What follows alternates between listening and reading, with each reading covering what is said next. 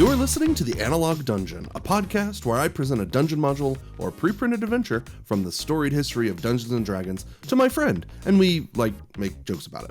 On this episode, we delve into the 1982 masterpiece, Tomb of the Lizard King, or Die Trying. Well, and Die Trying, I guess. This is part 1 of 3.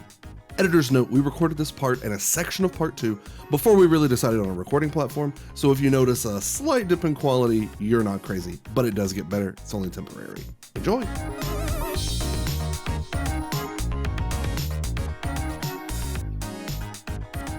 Russell. Jeremy.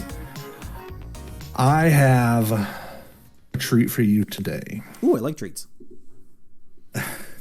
Today we're going to be talking about the Tomb of the Lizard King. Now, I know what you're thinking. That I didn't bring my funeral blacks? Jeremy, well, I mean, there's that. There's also, they wrote an adventure about the lead singer of The Doors. And no, they didn't. This is a different Lizard King, not Jim Morrison. This is a different Lizard King.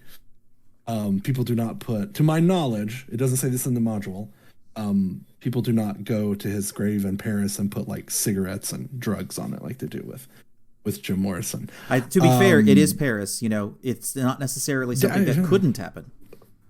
Right. No, they just hand you those things when you come into the city, I think, as just, you're French, you smoke your first cigarette when you're like 3, and you're officially French. That is the official French breakfast. Absolutely. King. Yeah, just coffee and cigarettes. Yes, that's French breakfast. Yes, coffee, cigarettes, a little bit of ennui, and you're good to go. Tomb of the Lizard King from the year of our Lord 1982. This is an advanced Dungeons and Dragons module. It is specifically module I2. The numbering and coding for a lot of these things, you don't really need to understand it. It's really sort of only, or when it was coming out at the time, people could kind of put these together. I2 just stands for intermediate 2. Right. It would follow, you could kind of, especially... Yeah, it would follow a lot of the basic rules, which were all labeled Bs. I've been doing, because we're looking at different modules, I'm looking at some from earlier in D&D's history, and a lot of them, the B1, B2, this is from the Advanced Dungeons & Dragons set, which around 1982 is occurring after the height of D&D really taking off, selling 750,000 copies per year. So this is when we're really getting into more advanced versions of the game. Right. And the way that AD&D was doing this at the time is it wasn't set up in a campaign setting like you see now. You'll get an adventure and it's set in, well, primarily anymore with 5th edition, Forgotten Realms, Eberron, Dark Sun. It doesn't really work that way. This is sort of, they give you place names, they give you people, but it's generally understood that you're going to kind of put this in your own world. Now, later on, they do, so this is, well, I'm getting a little bit ahead of myself. This module is for levels 5 through 7. So you're going to have a party of characters that are between the levels of 5 and 7.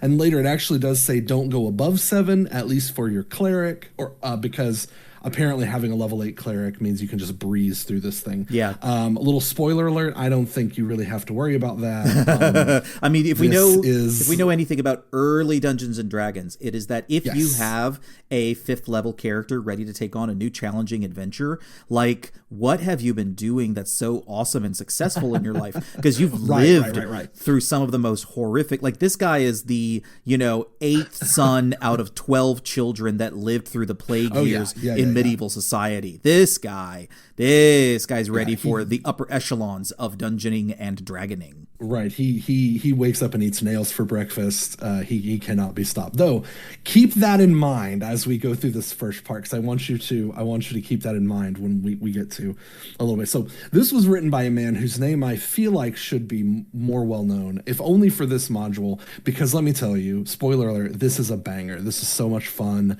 And Mark Akers is the man's name. He did a couple of other modules, not a lot, which we have sadly missed out on, an absolute goat, because Mark Akers has a great module here. And here's the thing about Mark. I don't know what players of D&D did to Mark, but he hates them. he wants them not only for their characters to die, he wants them to die in the most frustrating ways possible. Mark is an artist and his canvas is character bodies. His canvas is your suffering as a human person. He's this. I mean, it is. We are witnessing a master at work here. Truly the Van Gogh of making you throw your dice across the room as hard as humanly possible. Tomb of the Lizard King was edited by Michael Williams. Editors in D&D, especially the early days, incredibly important. These are the people that made sure everything was as well as they could, sort of the same format, so they could actually be played. So I want to give a shout out to Michael Williams here too, because he undoubtedly made this what it is. We love editors. So we love editors on this podcast. We do. They're great, and they need to get their flowers, because especially in early D&D, it wasn't just about the writers or even the creators. Editors making sure everything fit in the same box so you could play it, vastly important, can't be overstated. So the setting was excuse me. So the setting was originally intended. I'm getting excited. Yeah. The setting was originally intended to be just generic, like I mentioned. It's placed in the County Eor, E-O-R, which I'm going to pronounce like the donkey from Winnie the Pooh. I think it looks Welsh to me because it's literally 2 vowels and 1 consonant. County of Eor. Eor was later on retroactively put into Greyhawk, like a lot of early D&D stuff would be. Yeah, as a lot of the early things that came out, they would just place them somewhere in Greyhawk. In Greyhawk, if you are a Greyhawk like master, if you know your Greyhawk, first of all, what was the presidency of Ronald Reagan like? Uh-huh. Secondly, this is the Viscounty of Numa Eor in the Kingdom of Keeland in Greyhawk. So if you're a Greyhawk person, that made sense to you. Yeah, a lot of Welsh viscounts in that history. Yes, I will say this, because this place is ruled by a count, it is correctly placed as a Viscounty, or a Viscounty, not Viscounty. But who's Viscount? So here's the tagline: if the brigands who are raiding the lands of ER are only brigands, why are merchants so terrified? And what are these rumors that are whispered among frightened villagers? Rumors of an old, enormously evil power that lies behind the series of robberies. The Count of Eor wants your party to get to the truth. So we're talking not just about like brigands or highwaymen. We're talking about evil highwaymen. More sinister. Well, I mean, it's the Tomb of the Lizard King, not the Tomb of the Brigand. Yeah. But it's like, you have to have some kind of like, there's a reason why ye old local cops are not out there cracking heads over this. There's a reason why adventurers are needed. 100%. And I will say throughout the module, I will say the weakest point of the module, I think, is it relies on information that you kind of have to go out of your way to get to. And so I can see players that aren't, especially modern players who are a little bit more like combat focused, and who aren't really going to ask those questions and go through the things. Ironically, everyone thinks, back in the day it was all about combat. Uh-huh. If you don't ask a lot of questions, things may come to you as a surprise. You may not learn everything.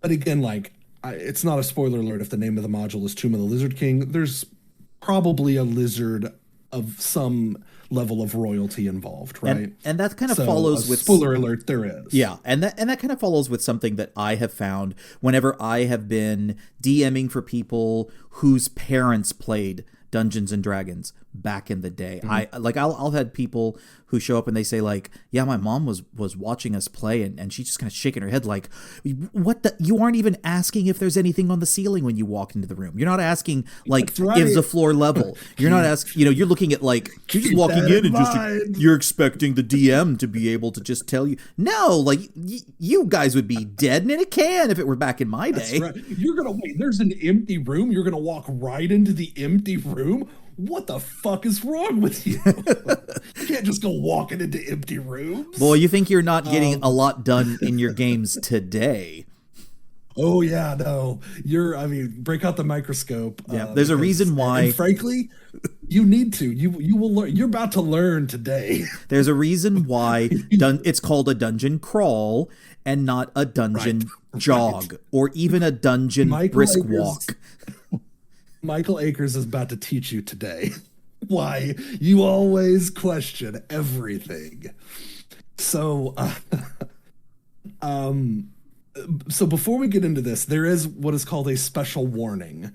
And I want to go back to what we were talking about before about having your characters and having a 5th to 7th level character and how badass that character may have been at the point and how that would be a very, like, once you get in, you're going to have a lot of characters at this level or at this time that go to level 1, maybe level 2, and you never think of again because they just get absolutely demolished by everything. Basically everything's trying to kill you. So if you get a character to level 5 or forbid up to level 7, this is the guy who's stuck with you, right? This is your dude. Mm-hmm. So there's a special warning in this module that I'm just gonna full on read. Before beginning play, the dungeon master should warn his players. Red flag. If it's saying warn the players, this is a red flag. You have come to Dungeons and Dragons today, and why does everything look like it's an intervention happening right now? Why are my family members here? Why did you bring out the scrapbook of the last 3 adventures? Why is there an ofrenda? This particular module is extremely hazardous. Yeah. It is specifically designed to put characters of the specified levels, 5 to 7, to a severe test. Yeah. Success in this adventure will require that the party exercise the utmost caution, think a great deal, and still be ready to hack and slash against powerful opponents. Now, let's read between the lines here. Exercise the utmost caution. Touch nothing. Think of nothing. Consider nothing. Look at nothing. The rabbit in the dungeon is there to kill you. Yes. Think a great deal, which means talk about everything. Question the DM as if you're pretty certain he murdered your family. And still be ready to hack and slash against powerful opponents. Expect to be overwhelmed by numbers you could never imagine. So here's something that I have found also. Well, hold on. This ties into into the earlier conversation. Some players may not want to risk their favorite characters in an adventure of this difficulty. In such cases, it is recommended that the DM allow the use of the pre-generated characters included in the back pages of this module. That's right. They gave you characters to play so your favorite characters don't get absolutely obliterated. And see, this is another very little coming back from that. This is another hallmark of earlier Dungeons and Dragons, because if we even go back to the original D&D rules, the first sets of rules, even before basic D&D in the late 70s, we find that some of the rules also included hiring men-at-arms, being able to manage a company of, like, essentially cell swords, which acted as your canaries in the coal mine. If you think back to The Mummy, right? Like, all the different porters that were on the Americans team when they were going down into the tombs of the city, and they're just there to, like, open things up for the main party so that they trigger all the traps. That was standard operating procedure for D&D, was to have like anywhere from 5 or 10 hirelings carrying your stuff, checking for traps, doing all the, like, grunt work, specifically so that things like this wouldn't happen to you. And you would have pre-generated characters in many modules for the same reason. One person's character managed to survive, but maybe they had someone else and you wanted to play with them, so you would have a pre-gen character that would be able to go alongside the one person that survived the TPK or the near TPK in the last adventure and made it out somehow with everyone's stuff. Because, you know, it can almost be fun. And you're going to ask yourself as you listen to this, how is this fun? Because just when you put yourselves in the shoes of these players, that's the question that you're going to ask yourself. It's fun if you've got a character that you don't super care about, and you're probably not going to really, really care about a character that was given to you with the module that you were just handed. And that was so there is a little bit of a nod to that. Like, they're not putting this out here as this is normal, this is regular every day. Like, this is special, this is especially difficult even for the time. So they've given you this little out to allow you to be able to play and have fun, we hope and think, with these pre-generated characters that they have given you. So I wanted to go over the pre-generated characters that they allow you to have pretty quickly. Now, they've given you 8. We have Jubello. He is a human fighter level 7. Obviously Hanar. Obviously a ripoff of the famous character from the 80s, Jubilee, who goes around spraying fairy fire on everything. That's always a really weird mutant power. Just, I'm going to make everything glow. Though I guess you could become like a DJ or something. That would be probably good use for that. Jubilar going through the tomb, just dropping sick beats, just giving everyone their SoundCloud QR. Yeah, we had to give a card with a QR code for their SoundCloud. Absolutely. Yep. Hanar is a human male level 5 fighter. So maybe Jubilo's I don't know, fuck up brother. No, Hanar is absolutely. Hanar is the hype man.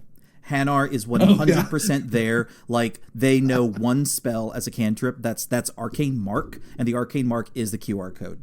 And it's just every single, like, this is the dungeon graffiti that people see later, is like generations later they come into this place and they just see splashed on all the walls this arcane sigil that if they go to it, it's just Jubilar freestyling.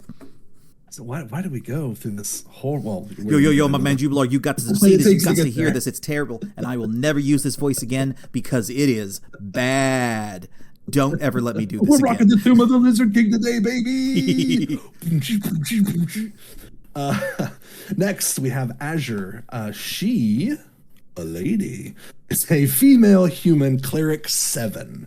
So I'm thinking she might be Jubilo's mom or his older sister. This is the designated mom, friend. This is the designated mom of the group, because this is a 7th level pre-gen for a module that's designed to start at 5.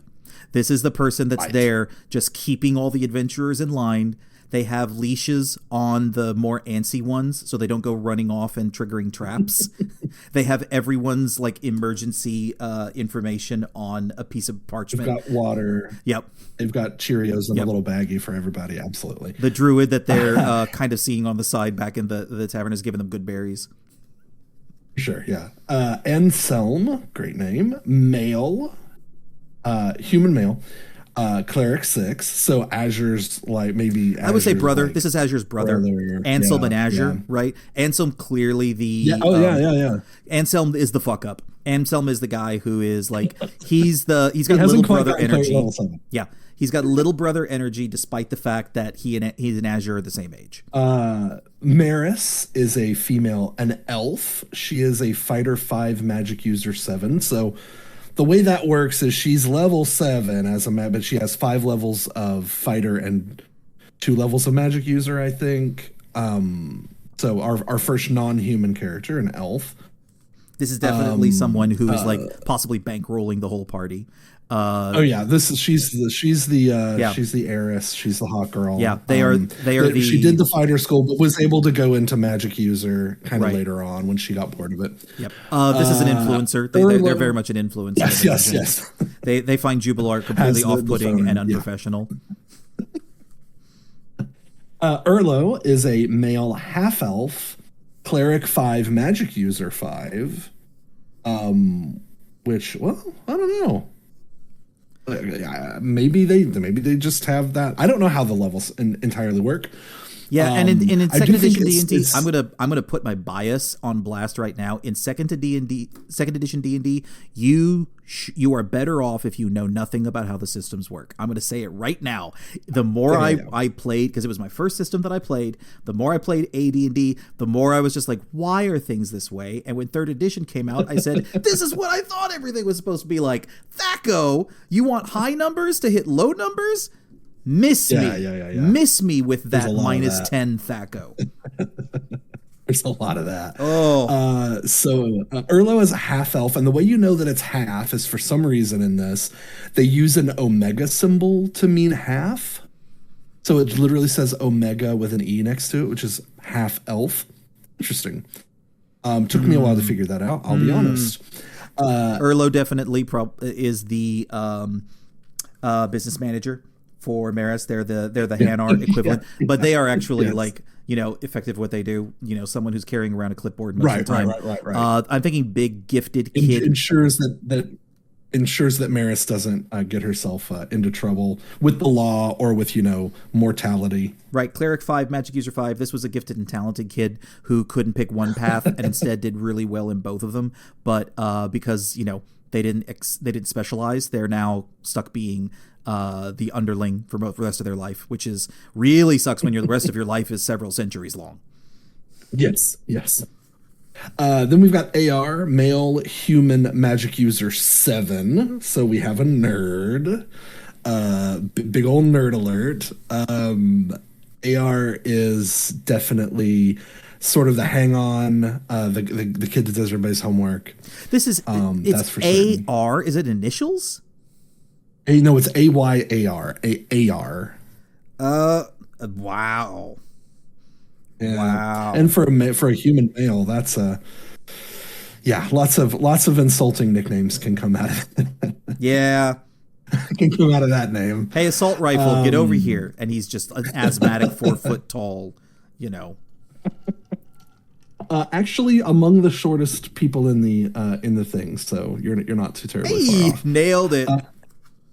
And then finally, we have Perrin, who is a male halfling, which they just put an omega symbol there. Just means halfling. And this is our Thief 7. We're dealing with thieves in AD&D, not with rogues. So Perrin is our level 7 thief. His name is Perrin. He is a halfling. He is a thief. I have a feeling that this is the entry that was written into the ledger for the adventurer without even bothering to look at them. Mm-hmm. And Perrin is just like, but I'm not. But no, honestly, I'm not. The Tooks aren't even in my family tree, okay? Do you know how far away you have to move to not have a Took in your family tree somewhere? Like, I'm not even in the same anything, and you just automatically assume that I'm a thief? Really? This was definitely, he's definitely the sort of token Bilbo or Frodo. This was definitely this is what halflings are. We're not allowed to reference them, but you get it. This is you get it, right? This is someone who's going to go into the dungeon and they're just like, okay, thief, pick the lock. Oh, why are you going to assume, huh? Just because I'm small and I'm already holding the unpicked lock in my hand, you just think and assume. Are you picking that lock while you talk to me? He's the McNally. He's the McNally of the adventuring party. He's not actually a thief, but dear God, that man looks at a lock and the lock goes, and then it's open. Well, don't get attached, Russell. No. I mean, don't put too much backstory on these guys. No. So that tactical triangle's not getting him out of this danger. They are loaded. They're not just blank characters here. They are loaded pretty well for bear. So, like, I'm not going to go through all of these because there's quite a bit. Like, Jubilo has a +2 shield, a +1 longsword, a 9 lives stealer, whatever that is, potion of superheroism. Ow. A horn of Valhalla, so he can absolutely bring the party wherever he needs to be. Okay, but absolutely perfectly. To go back to the original discussion, the horn of Valhalla, which if I'm correct, it summons like berserkers, or it summons a bunch of knights, or berserkers, something like that. Yeah. That's trap. He brings the party right to him. That's trap fodder.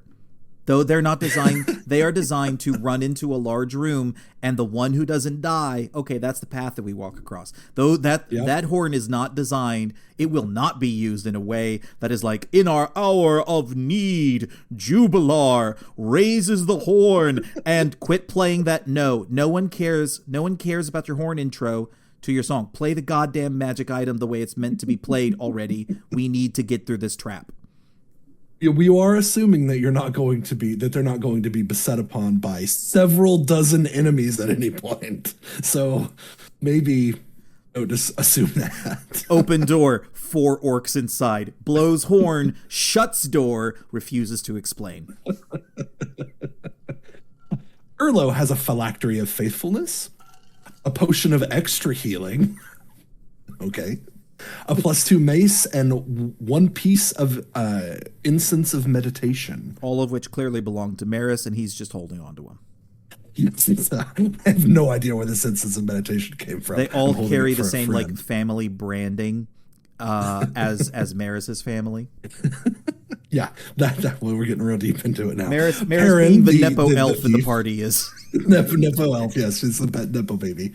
Perrin has a dagger of +2 that's a +3 against creatures of larger than man size, which is ironic because Perrin is shorter than even creatures of man size. Hey, listen, he has the bag of holding, of course. He has the bag of holding, of course, and boots of striding and springing. So he's basically Yoda from the worst Star Wars movies. Maris has 10 +3 arrows, a +2 longsword, +2 plate mail, a ring of fire resistance, and spells. All bought for her by her father. Right, exactly. Or Maris was the boy. Yeah. Yes, yes. That came from the Patreon. From Maris's Patreon. They've provided all of those things. Azure has a staff of curing with 8 charges, a plate mail +2, and scrolls of divination, remove curse, and find trap, all at 8th level. Just so you're probably thinking, they seem to be really well kitted out. That is exactly what they are. That's how difficult this is. This is what they're giving you. Do you have any hope of getting through this? And that should be, you have like that, and then you come rolling in, and you have what your DMs, generated in your previous few adventures, and maybe that you got through them through a combination of like grit, determination, and more than a little bit of thinking about things in a logical real world way and not in a fantasy in-person way, in order to like, yes, I'm going to shut this room and throw a bunch of flour into it and then toss a torch because I watched Goblin Slayer a few too many times. Not because this is appropriate for Middle Ages. Who knows? But they get in here and then they compare like their weight class and their magic items against the pre-generated list. Oh, yeah. And they're like, Is this nice. Like a rebate program? Can I just like give you my character sheet and he retires? Can I just take the items from one of these people or 2 of them? I mean, you probably if you don't have this many characters running around in your party, you might need to. Is this one whole party? Are you expected to walk in with all of these people? I mean, it doesn't say you Azure pull up in the goddamn minivan? It just opens the door and they all tumble out with orange slices? Nowhere in the rules does it say a dog can't play baseball. Azure's just running around a Dodge Astro, just pulling the whole crew. Holy shit. If you're running the whole dungeon with all of these people... You might be expected. Yeah. You might be expected to have us. I'm telling you, when Mark Akers is a master. You're thinking, have this many characters, this many magic items. They're gonna no. This ain't enough. This ain't enough, baby. This ain't enough. All right, let's start getting into where these people are headed and how horribly they are about to die. Yeah, so here's your introduction. For many years, there has been peace in the lands of the Count. I hate this. In the lands of the Count of Eeyore, and it's not the land of Eeyore like you would. It's the lands of the Count of Eeyore. Yes, in your feudal systems belong to the person. Yes, they belong to the Count. Yep. And never forget. Oh no, we can't name this land. This is the. It's just the lands of the guy. Right. This is the worst form of land acknowledgement. This is the awful form of land acknowledgement. Right. This is the opposite of land acknowledgement. Right. We acknowledge that this be shitty. Yes, this is horrible. The fertile plain of the River Ardo has yielded bountifully. Commerce has prospered, and the rules of the successive counts of Eeyore has been generally wise and just. But of late, disturbing reports of highway robbery have reached the palace of Vendare, the major city of Eeyore. I'm surprised it wasn't called the capital of the Count of Eeyore. According to the tales of whimpering merchants, the Southlands are being overrun by a band of vicious brigands. Already there has been a complete halt to the rich trade caravans to and from Eeyore's southern neighbors. That's how we like our merchants, whimpering. Yes, whimpering. That smells like opportunity to me. I mean, there's a lot of whimpering merchants coming along very quickly. 3 weeks ago, the Count of Eeyore, the guy who owns the lands of the Count of Eeyore, sent a squad of 30 fighting men to the affected area near the small village of Wacombe. So far, there has been no report, no message, no rider, not even a rumor of their fate. Suddenly, gravely concerned, after they didn't come by, right? I don't know if you call that suddenly. The Count has called for a special group of volunteers to go to the Wacombe area, discover the fate of the first expedition, investigate the reports of highway robbery, and if possible, put an end to this trouble. Those who answered his call can expect danger, but also great reward. The Count is known as a generous man who rewards his loyal subjects well. So the solution to a problem, that's not a great way to 30 men couldn't solve is like 6 other guys. So we sent in like the 30 people who would volunteer for a fight like this, fighting men. You're possibly like trained militia, your actual like maybe a mercenary company, who knows? But they're no slouches. There's 30 of them after all. That's like 2 horns of the Vikings. Yeah. And then you don't hear back from any of them. So you go to the place where the idiots hang out, where the dumb people who dive into death traps for fun, and the ones who make it back are like the one rat who stumbled out of the maze and stopped hitting up the cocaine button long enough to find the exit. And those are the people you go to and say, hey, listen, so all these other people, they're not here, so we can't say that they're absolutely dead. But you think you might, I don't know, dive in after them? It does take a special kind of, we'll call it bravery. to Murder hoboism. Yeah, and you can tell. So you're kind of now seeing where your classic stereotypical D&D character comes from. It can't just be a fighting guy who he can't be like your Spartacus, who was a guy who was in the military, who was just great on his own. No, these have to be crazy assholes to go 30 guys. You said 30 guys, so it's me and the halfling and the party bus, and we're gonna roll up, and I'm gonna figure out what 30 guys couldn't figure out, and we're pretty sure those guys have been killed. Maybe, yeah, sure. Sign me up. Where do I go? I'm picturing a little was it Jessica Chastain from Zero Dark 30? When she's just looking at the CLT that's brought in for the Osama bin Laden mission, and just like, did not want you guys. I didn't. You're with your true and your dip and your gear and all your beer. You're not who I want. I wanted to nuke the site from orbit.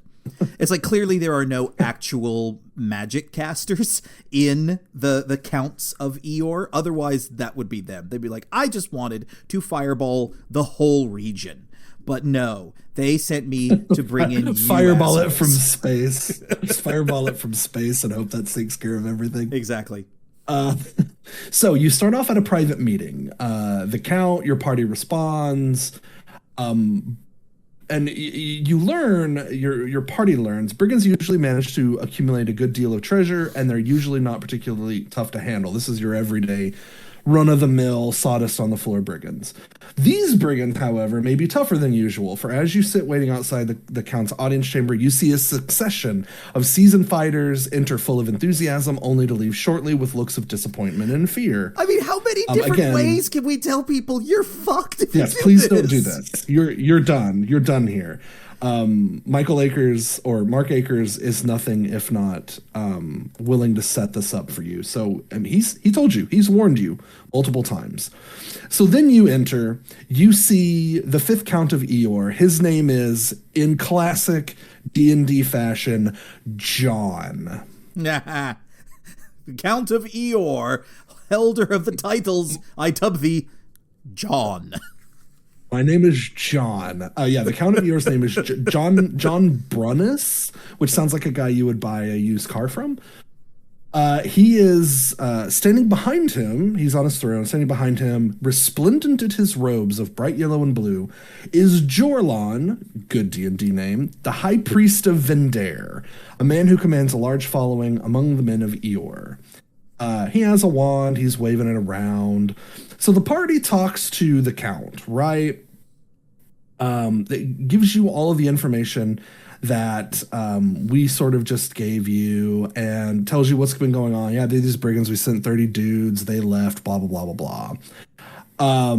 So after a little while, after 3 or 4 minutes, Jorlon looks at John, the Count, not the Count, looks at his buddy Johnny, nods his head once slowly, and then John becomes all business. Okay, he's been fucking around up to this point. But at this point, John gives you this. You are accepted for this task. What you must do seems simple. He says, seems simple. Travel to the village of Wakeholm in the south. Learn the fate of my squad of men. They were led by Barto Trume, one of my most trusted soldiers. Then find these detestable brigands and eliminate them. Summary justice is approved by my authority. So you're not a murder hobo this time. No, okay? you're a privateering. These brigands. Yes, you're a privateering. You are hobo. a privateer. Yes, you're not a pirate. You're a privateer. Above all else, find out if there is any further evil behind these vicious attacks. Like, I don't know, maybe a lizard king, some sort of endothermic monarchy, some sort of reptilian ruler, perhaps, some sort of scaled oppressive tyrant, some sort of alligator snapping monarch. If so, eliminate it. Your reward for success will be whatever you regain from the evil you discover, plus my personal gratitude. So dude's not even promising to pay. He's promising to pay an experience and promising to pay in exposure, which, like, frankly, it's exposure. Maris is probably like, bitch, we are paying you an exposure by doing this job. You realize that, right? Do you know how many people are on my scry stack? He knows a lot of counts in the area that he can send your work out to and give you a really good Yelp review if you roll back with this. So I say he doesn't say to pay you. Obviously, there are things in here that he'll outfit you. Basically, gives you a 2,500 gold piece credit limit to buy effectively whatever it is that you want. Okay. So after this, the Count leads the party into sort of a large chamber. And remember those sniveling merchants? Mm-hmm. Here they are. Sniveling away. They're sniveling away. The audience chamber is filled with merchants. Their chattering has been hushed by the Count's entrance. Their sniveling, however, continues unabated. Scattered about the room are a few men clad in armor, obviously mercenary guards. The 2 large doors at the rear of the chamber are manned by guards in the Count's livery, and in each corner behind you notice a cleric in yellow and blue robes. Both are standing quietly with their heads lowered, occasionally muttering in a soft word of devotion, definitely not sniveling, to themselves or to their deities. So you come into a room, there's 23 merchants in here, 6 guards, there's the 2 clerics in the back, right? The Count, the whole purpose of this is the Count introduces you to the merchants and allows you to talk to the merchants to get information that you're going to need as you sort of move forward, right? And so here's the party is expected to ask questions. Here are the specific answers that the party members are going to get. Again, this is one of those things that's like, they're not going to offer you this information, but this is going to be very helpful for you moving forward. Okay, so here's the information you get. Seems weird as well to set. I mean, this kind of replaces the whole gather rumors in a tavern thing, right? Yeah, so they've gathered everybody together in one room, and they've got everybody like in I don't know. We'll call it like a not a target rich environment. They've gathered everybody into. Here's the information. We'll get into why this is weird in a moment. Information. The attacks by the brigands almost always occur along the main highway near Wakeholm and the Great Southern Swamp. The brigands always seem to come from the south. The brigands look like normal men. The merchants believe the brigands to be very tough fighters. Their mercenary guards have been ineffective against the brigands. Most of the guards seem to flee the instant the attack begins. The brigands actively pursue the fleeing guards. The merchants believe many may have been taken prisoner. The brigand attacks are always preceded by the appearance of a harmless-looking little old man who stops the head of the merchant's column to ask for directions. So how many times do you fall for that? Right. Before, this is a theme. I mean, even given the slow word-of-mouth travel sure. that would happen in a medieval setting like this, how long have these attacks been going on? For months now? Long enough that they've been going on for for long enough. They escalated from your regular to much more. They've had many more. They've had all these merchant caravans that were taken. Then the Duke John, the Count, right, Johnny, right, Johnny Countman sends his men. His men fail to get the job done, we assume, and then they decide to throw good money after bad.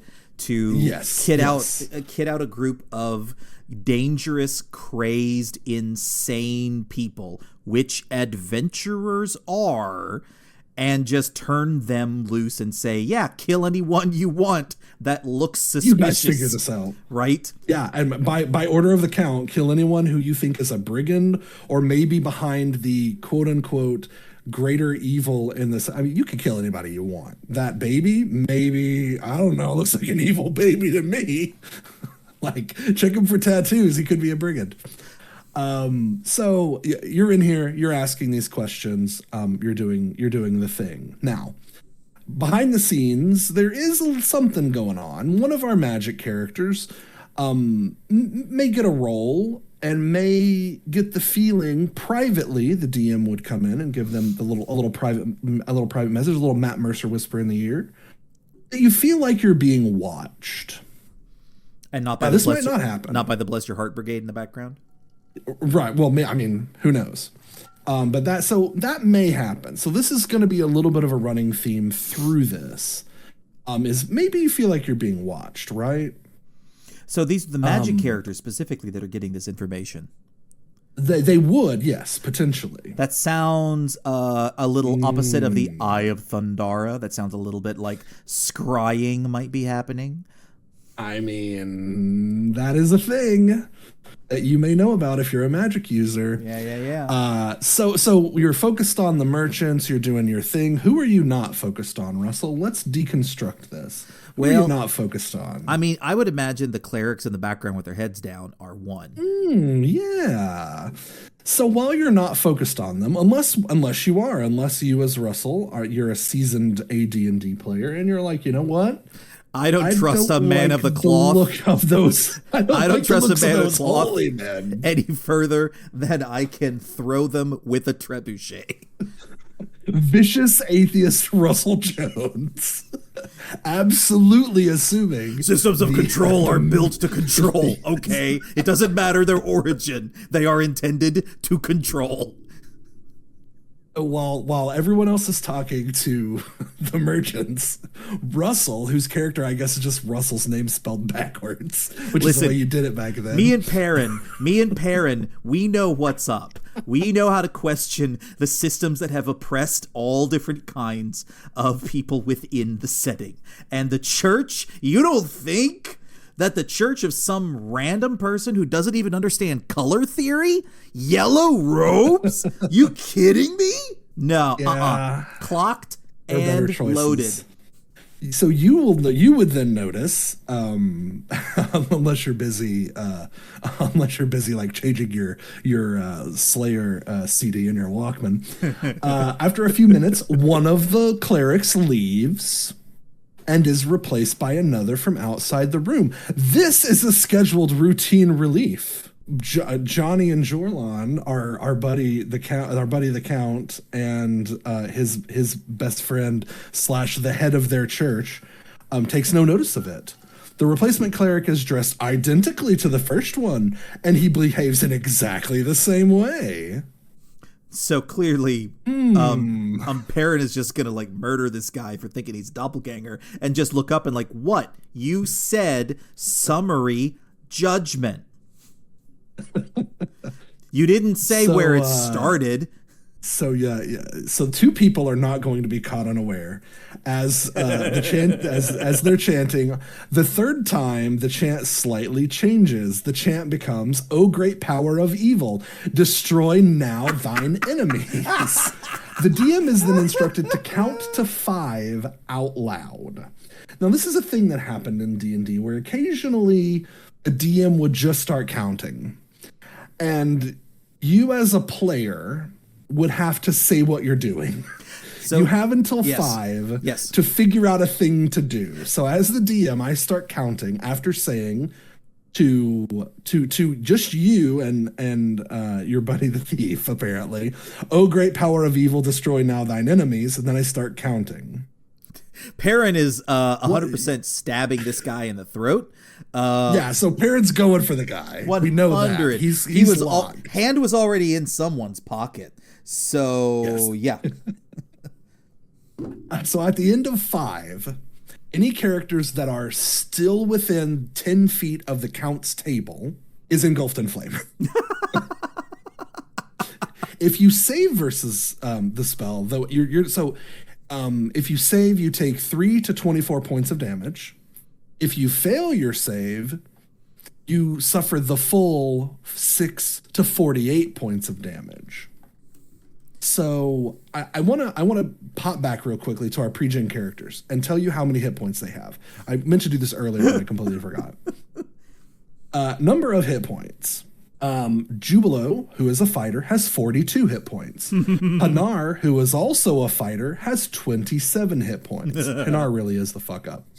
Azure, that's the cleric, has 38. Anselm has 30. Maris has 25. Erlo has 19. At cleric 5, magic user 5. 19 hit points. Mm-hmm. AR has 14 hit points. You thought magic users were squishy now. 14 hit points at level 7. Yeah. And Perrin has 30 hit points. So, and this reminds me briefly, a little bit, of a particular moment in the Descent to Avernus campaign. For more recent D&D, where you're inside probably the closest someone. to this sort of thing. Yes, right. That's probably in recent. We both played through that. We did. We experienced that. Where you're all. It was rough. Yeah, you're inside. It was meeting. It was hard. Yeah, you're inside a meeting. In hell, and then suddenly people's brains just start exploding. Like heads start popping all in the everywhere. Room. Yes, that's pop all over the place. It's the same thing. Just all over the place. Yep. And so very similar, but I mean, I would say this: 1, you are in hell when this happens. Right. So maybe you're on your guard. This one, you're talking to a bunch of who are just gathered around to hang out. So the max of this 6 to 48 would kill basically could potentially kill any one of our PCs straight outright. You might have a rocks fall, everyone dies moment. Yes, this could be a rocks fall, everyone dies moment. This is Flame Strike, which is a very high level spell in AD&D. I want to say it's like 6th or 7th level. Good old Flame Strike. I do not know these rules 100%. So if you remember the Reagan administration and you know exactly what Flame Strike is, it's bad. 6 to 48 points of damage in AD&D is gnarly. And then the cleric who came in, he takes off, right? Mm-hmm. His goal will be to have killed the count. That's what he's trying to do.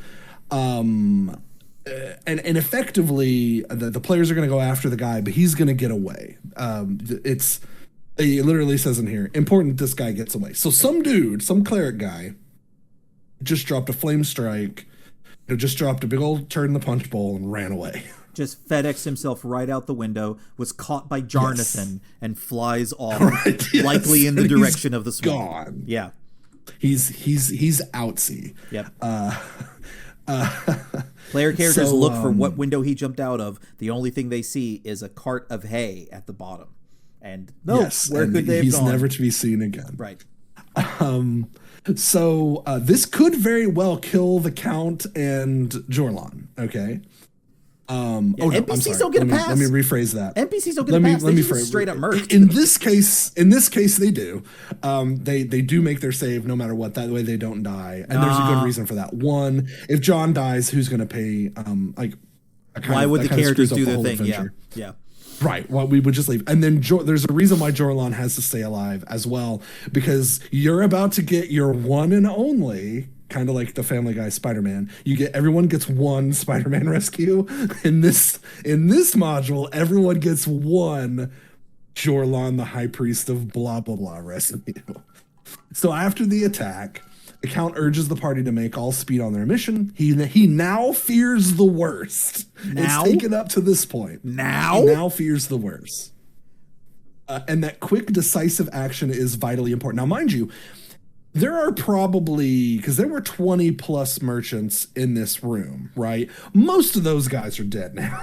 Yeah. So the economy of Eon is fucked. I mean, the karmic... You better hope they have some smart sons and not just all dumb ones. The karmic resolution of sniveling merchantdom has occurred. Exactly. This is what you get when you're a sniveling merchant. Yeah. You get the absolute...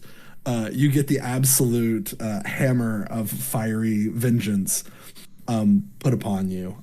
So there is one bit of information that has been held back from the players, that if they continue to press John about, he has concerns about a legend that the great lizard king Sakatha once dwelled in the great southern swamp. There was legends of his return. According to the legend, this horrid being will return someday to take vengeance on the house of the Counts of Eeyore. The vengeance of Sakatha.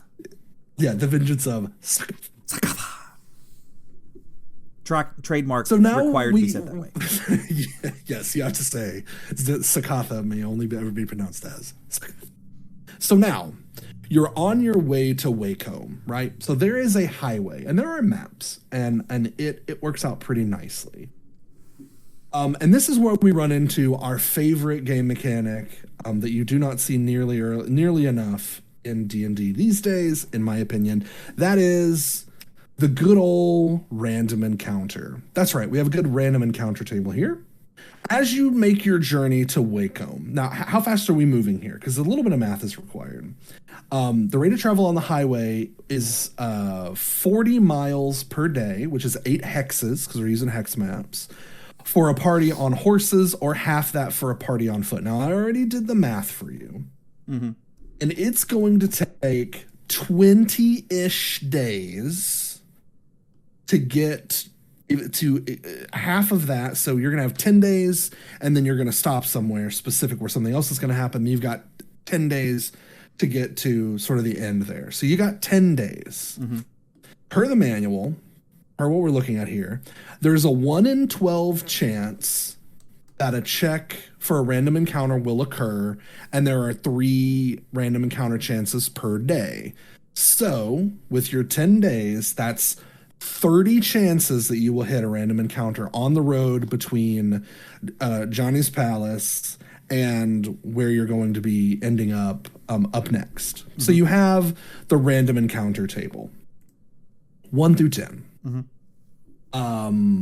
So if we're looking at 12 checks over 30 checks, 1 in 12 chance over 30 checks, you're expecting 3-ish encounters, right? Could be more, maybe could be less. You never know. I am Perrin and I are on the side of get ready to get fucked every day 4 times a minimum. Yeah, you definitely should be. You've bought your horses, you've bought your carriage, your wagons, the party's up, the minivan's being towed in the back, and now we're rolling, right? Like, there shouldn't be any reason why they're holding anything back for us. Is there something here? Is there, I don't know, a random airship hiding under the sand somewhere? Turn the sucker's keys over to us. You almost got flame struck. What other argument is there to not giving us anything we want in order to succeed? Right. I mean, and it's like, I was reading this, I was kind of surprised that they held back the legend to the end, because it's like, why would he? There's a swamp. There's a swamp that maybe some people might have come out from. There's a swamp that people may have come out of that maybe has a vengeance sworn against a bloodline. Gee, we didn't want to panic anyone. I don't know. Why didn't they mention that? A back from the dead ancient scaled monarch. I'm just, maybe mention that to somebody. Right. So I'm just going to run through the possible random encounters really quickly, because there are some fun ones. A wild boar. You encounter a wild boar that's attacking some dudes. You can help the dudes kill it. And then they'll give you just some random rumors, nothing major. Then you might run into some giant ants. That's 20 giant ants. But they're not vicious, so they're just carrying stuff across the road. Yeah. I don't know what kind of county Eeyore is, but they've got giant ants, right? It's a fantasy setting. Interesting. It's a fantasy setting. You can have ants, like, building a really large column of some sort. They're in a valley nearby. You have the one ant with a hard hat with the stop sign up for the construction, slow construction. Yes. The one interesting thing is apparently one of the ants is carrying around a bit of cloth with the insignia of the Count of Eeyore. Dude, told you. You have to get within 10 feet of the ants to see that. They're public workers. Yeah. Well, I mean, I think the thought is perhaps you would think, oh, wait, were the men turned into ants? Or more likely, it's hanging off their mandible like the edge of a bib, and they ate one of the people who came through here. Who's to say, right? We're sowing. We're trying to expand the story here, Russell. We're sowing some seeds of doubt.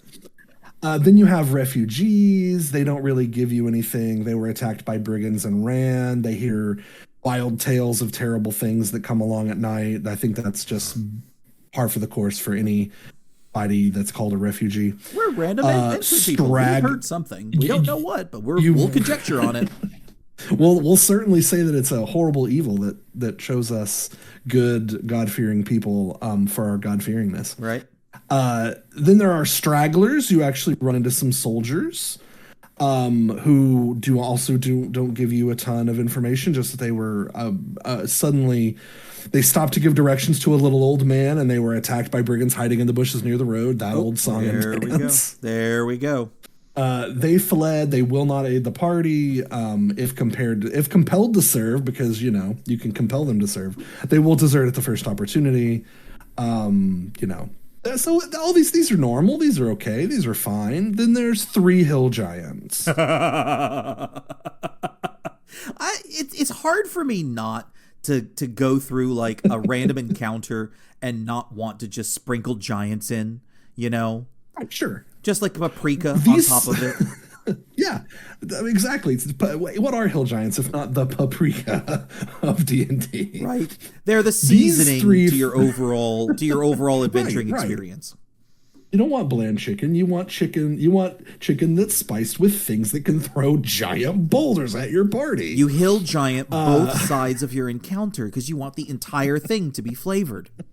That's right. These 3 fine fellows are wandering the plains in search of loot, food, and fun. They will choose to avoid a heavily armed party or caravan, but will attack on sight a party that consists solely of the player characters. Oh, gee, what a coincidence. Because why not?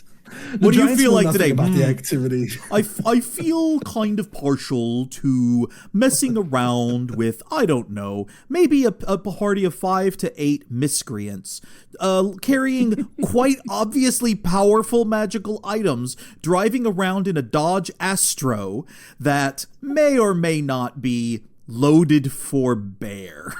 That sounds like an amusing way to spend the afternoon. But if they've got 4 NPCs with them, fuck that. Nope, clearly not worth the time. The Giants know nothing of the activity of the brigands in the Wacombe area. They know nothing about the fate of the Countsmen. These boys are just hanging out looking for a party.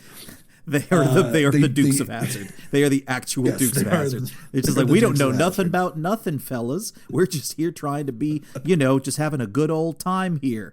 Half of a cow hanging out of their mouth. They do have a bag of 100 gold, which was looted from a merchant that was fleeing the brigand attack. Then, of course, you got to have 5 ogres hanging around. We've entered the complicated part of the part you don't want to roll. These are the things you don't want to necessarily roll if you want to, I don't know, not lose your life. I mean, I enjoy personally a good, if you really do think about what your encounter tables are meant to show, having a series of threats of different levels within an environment that makes sense for it obviously can make some sense. But also, if you stock it with, hill giants and ogres and pretty nasty things that are just one-offs, that's a pretty decent way to put, maybe a little bit of a gear check in front of people before they wind up in your sepulcher of Sakatha. So these ogres just attracted to the area by general devastation. Again, just some boys looking for a good time. They will attempt to ambush the party, consisting solely of players. They have no information useful to the party. And we're talking about damage 1 to 10, 23 points of HP on these guys. 5 of them, not the worst. The hill giants, though, they hurl rocks from a great distance, 2 to 16 points of damage. They've got 37 to 50 hit points. They can catch rocks that are thrown back at them. So if your cleric or if your magic user thinks they're dope and throw one of the rocks back at them, Hill Giant just catches it, throws it right back, and they don't need to use spell slots. So, see, this is the kind of thing. This is the kind of thing you can really just imagine, like 2 ridges over, boulders just come hurtling over, and you just hear yuck, yuck from off in the distance, absolutely. And then it's like, okay, fuck these guys. We are about to just pound them out. But then it's 3 hill giants, 2 hills over. That's a long ass hike, getting rocks thrown at you the whole time. It's just, that's annoying as hell and should happen more often. Moving on to number 7, 15 wolves. Moving on. The wolves have been attracted by relatively easy hunting in the area. They will attack on sight any party of 12 or fewer. So these wolves will fuck with some NPCs. Yeah. Wolves, significantly smaller threat, but there's 15 of them. That's like 2 wolves have gotten together for the larger family reunion and have decided to just roam the countryside. Just for fun, and hey, here's a party of people. Yeah. Let's get 10 of our buddies and let's launch into them. Then we've got lizard men, a roving band of lizard men. Spoiler alert: up from the Great Southern Swamp. Yep. They're roaming around looking for whatever. Now, here's how they're described: these warriors will be extremely confident and extremely hostile to the party, attacking immediately unless the party consists of 12 or more members. So really the goal, the key here was to take a bunch of guys with you, because then you would have been fine. In combat, they will do everything possible to take prisoners. That's right, they will take you prisoner or your buddy's prisoner. And that's something that was following from the description from the merchants, was that their mercenary guard, and that's the interesting thing from this, is that the mercenary guards were, like, as soon as they saw them, they knew better than anyone else what was happening. The mercenaries see them coming, and they immediately just like, I'm about to get kidnapped, and run like hell. They were taught stranger danger early enough for it to matter. And the lizard men scoop them up. Yeah. And here's the thing, and this tells you this, okay? So imagine you're a player character. There's 12 lizard men here. I often do, often on a weekly basis. I imagine that I am a player character. And there are 12 lizard men. Don't finish that story. So they're going to, if they catch you, right, and they could catch a player, they're scooping you up, and they're taking you straight to Sakatha. Excuse me. They're not taking you to some little nest that they have that they're no. Your ass is being FedEx straight to the Snake King. The most efficient form of recruiting since placing a Marine outside of high school graduation. Yes. So, but on the way to the Snake King, what are you going to try to do, Russell? I mean, you try to escape. You're going to try to escape. Right, on the way to Sakatha's fortress, there will be no chance to escape. There will be, quote, players will be. There will be no chance to escape, quote. What was the name of the author for the article? What was Adventure Conference? Mark Akers. Mark Aether. Mark Akers. Our Lord there will be no Mark chance Akers. to escape. Mark Aether, 1989. Players will be tightly bound and closely watched. Guys, listen, I know that you canceled Seeing Girls this weekend, general laughing, but right. It says you can't escape. So, like, can we just move forward? Cue 3 hours of trying to escape. Upon arriving at the tomb, because again, these lizard men are not fucking around here. The captives will be kept in a room in the lower temple where they will be fed once a day for a week until they are brought forth before Sakatha. They are then tortured and sacrificed. Their chances will be slim if they can find a way to escape, unarmed in the heart of the Lizard King's dungeon. Hello. So we are people for the ethical treatment of adventurers. We are here to ensure, have you been fed well? Have you been watered? Yes, good. Well, everything seems to check out. Yes. Escape? You may proceed with the sacrificing.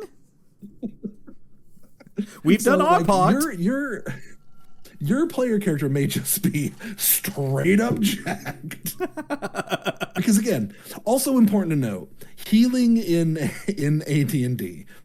How do you heal AD&D? They have tons of healing. Badly. Blah, blah, blah, blah, blah, blah. Badly. I remember. So here's the player's handbook. Yes. Here's how it works. It's very simple. And I will say that it's so simple. It's maybe simpler than healing in 5th edition, right?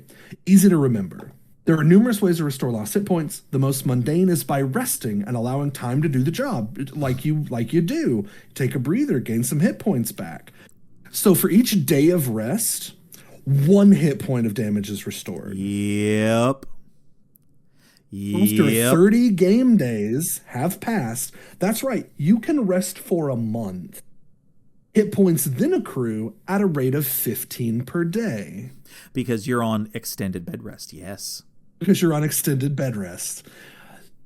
But Jeremy, you ask, what if we're in the middle of a dungeon and there's we can rest for a night?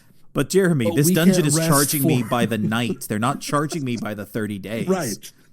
I'm not getting the bulk rate here. Our mail. We can't afford to have our mail sent here. This is not like the cruise ship. This is the Motel 6 of dungeons. That's right.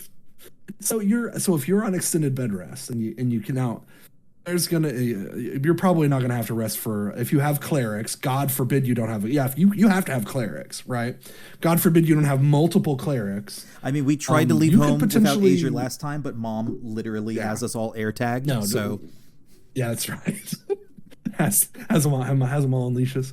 Yep. So yeah, you could just be, your character could be straight up jacked and end up in the Lizard King's dungeon, and depending on how long it takes your buddies to get to you, then just tortured and sacrificed. So you're just out of the adventure.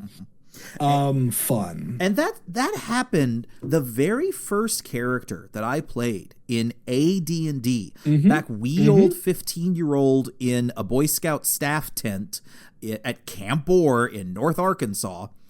My Carrick was ambushed by goblins who jumped on my head, beat me to almost death, and the next 3 times that we played, the next 3 sessions, I'm unconscious the whole time. That was my introduction to Dungeons and Dragons.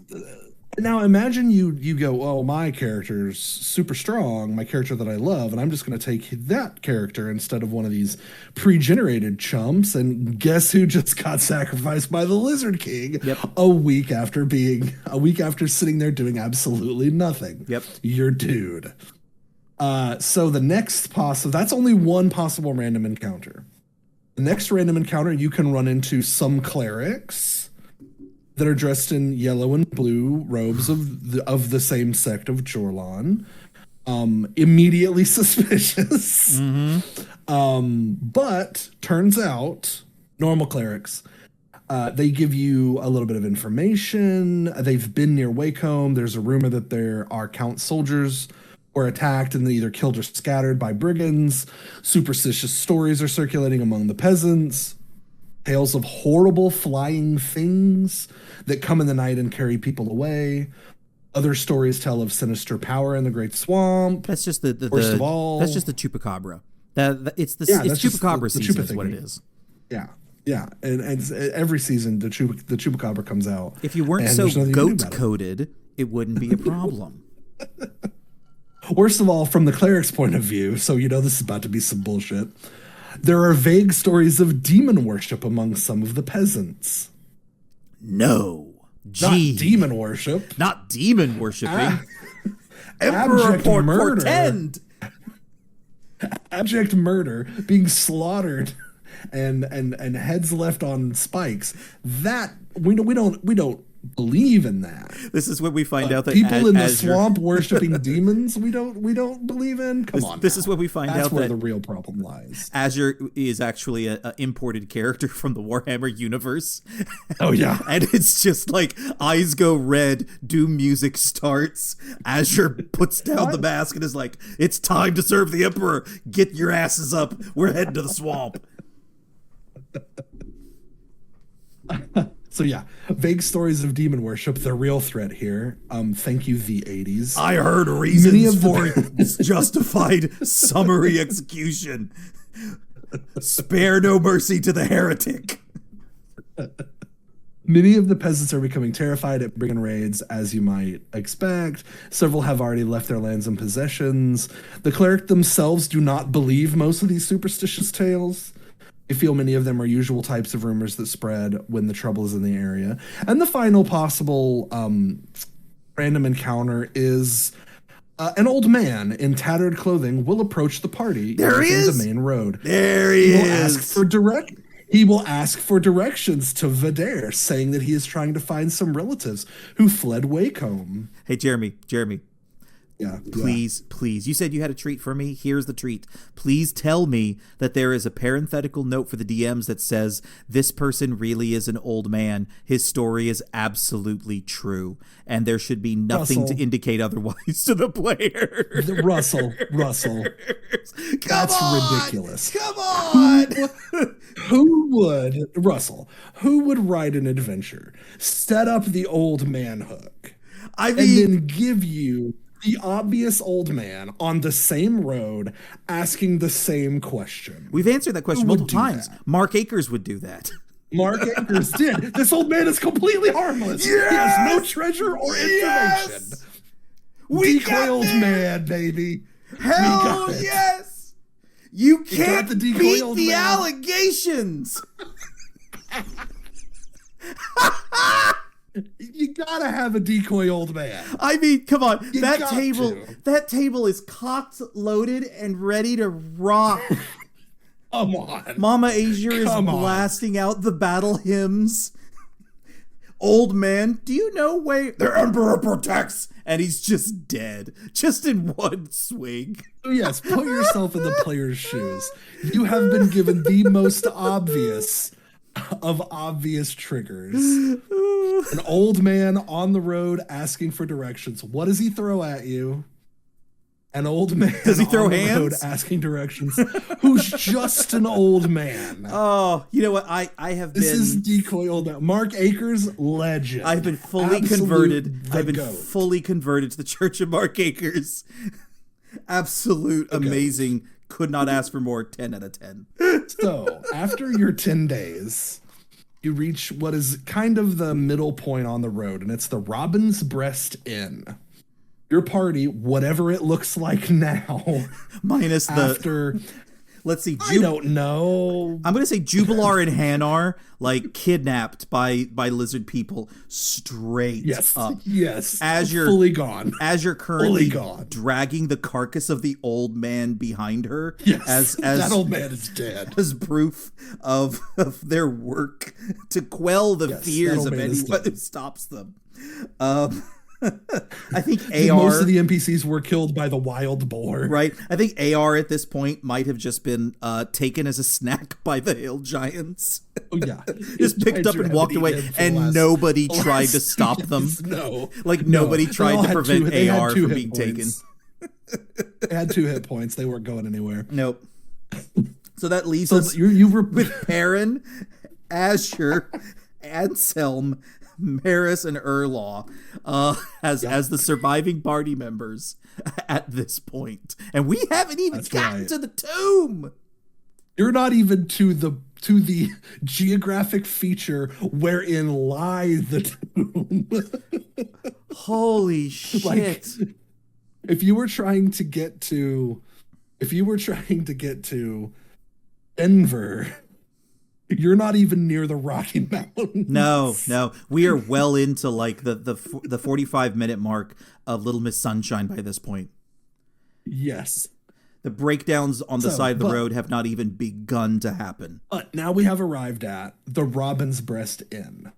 Is it just a big tittied bird? Is that all that's on? Is it just a bird that has like clearly been drawn by someone who was stuck in a foxhole in a war for so long, and the only thing that got them through was drawing furry porn in their foxhole? Yes, I bet. No, I think considering this is a module from 1983, and considering the number of 12 to 16-year-old boys who played it, more than one of them, the Robin's Breast Inn was an inn dedicated to some hottie named Robin. And imagine like a cartoon on the sign that's Robin with the big cans and the little name tag that says "Hi, my name is Robin" on it. It's the St. Pauli's girl, but less defensible. Yes. Okay. Yes. Do you recall somehow less clothing? Do you recall I'm 99% sure about this, correct? Because you know the answers to these if I get these wrong. There's a Dragonlance cartoon. It's like a cartoon movie that includes like Robilar, and it includes like not Robilar, but the other mage, the one he's absolutely jacked and messed up because he rolled a 3 on his constitution. Raceland Magear, I think that's what it is. Raceland. Kiefer Sutherland is voicing one of the characters in this, and I remember watching this, and it's painful to watch.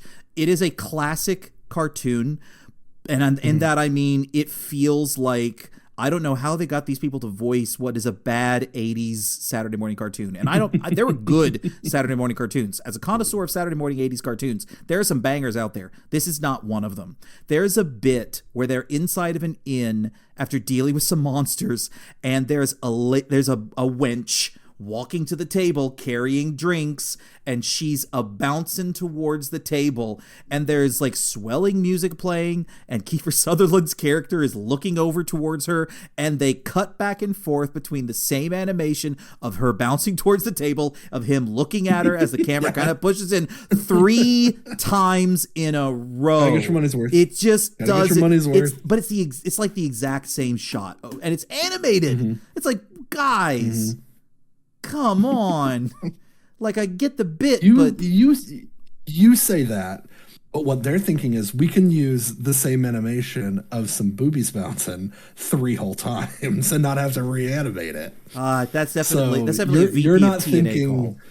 That's right. You're not thinking about the cost savings of such a maneuver, because I'm sure that was what was in there. That was what was in their brain. That's the end of part 1 of Tomb of the Lizard King. Our journey across Eeyore to finally, maybe, one day, meet the scaly sovereign continues in part 2. If you hate cliffhangers and you like your podcast long and all at once, we offer this entire episode from start to finish, uninterrupted, over on our Patreon. For more information, check out our home base, analogdungeon.com. See you next time.